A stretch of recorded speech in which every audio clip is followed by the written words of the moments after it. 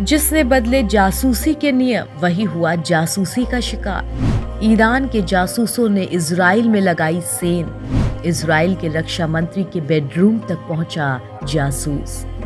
दुनिया में इजराइल एक ऐसा देश है जो जासूसी के खेल में माहिर है। वो जंग जीतने के लिए जासूसी के ऐसे जाल बुनता है जिससे विरोधी देश जंग शुरू करने से पहले ही हार जाता है। इजराइल अपनी खुफिया एजेंसी से जासूसी कराने के लिए दुनिया भर में बदनाम है। लेकिन अब कुछ ऐसा हुआ कि जिस देश ने दुनिया भर में जासूसी के नियम बदल दिए, वो देश आज खुद ही जासूसी का शिकार हो गया है। जासूसी के खेल में इजराइल पर भारी पड़ा ईरान।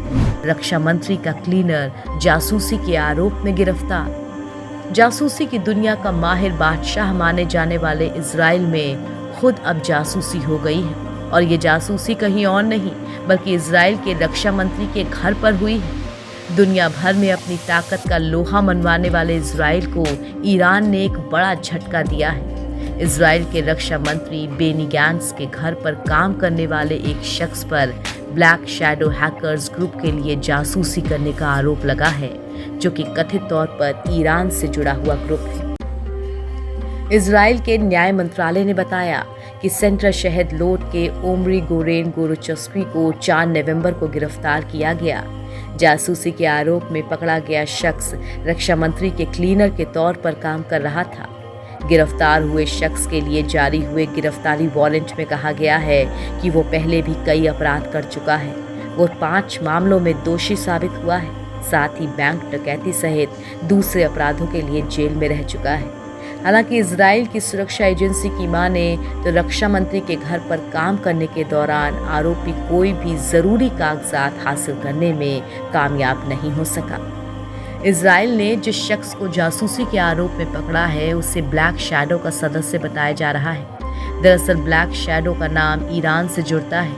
अभी पिछले महीने ही ब्लैक शैडो हैकर्स ने इजराइल की एक इंटरनेट प्रोवाइडर कंपनी पर साइबर हमला करने का दावा किया था।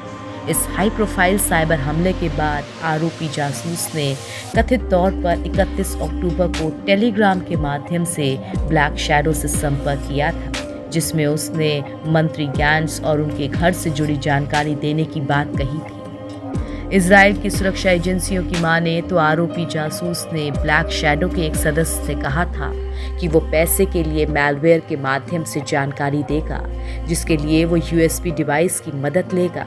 अपनी विश्वसनीयता साबित करने के लिए उसने हैकर्स के ग्रुप को मंत्री के घर में मौजूद कई चीज़ों की तस्वीरें भी भेजी थी। इसमें मंत्री गैंट्स के काम करने की टेबल, आईपी एड्रेस वाले स्टिकर लगा पैकेज, इजराइल के सशस्त्र बलों के चीफ ऑफ स्टाफ के रूप में मंत्री गैंट्स के काम से जुड़े स्मृति चिन्ह।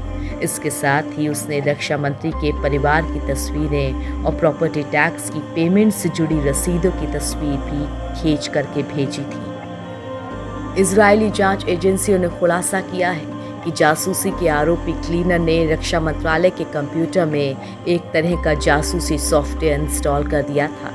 इसके जरिए ईरान में बैठा हैकर्स ग्रुप रक्षा मंत्री की हर गतिविधियों पर नजर रख सकता था। अपने कंप्यूटर के जरिए इजरायली रक्षा मंत्री जो भी काम करते, उसकी जानकारी ईरान के हैकर्स ग्रुप तक पहुंच रही थी। रिपोर्ट के मुताबिक रक्षा मंत्री गैंट्स ने उसे घर पर काम रखने से पहले उसकी तफ्तीश नहीं करवाई थी।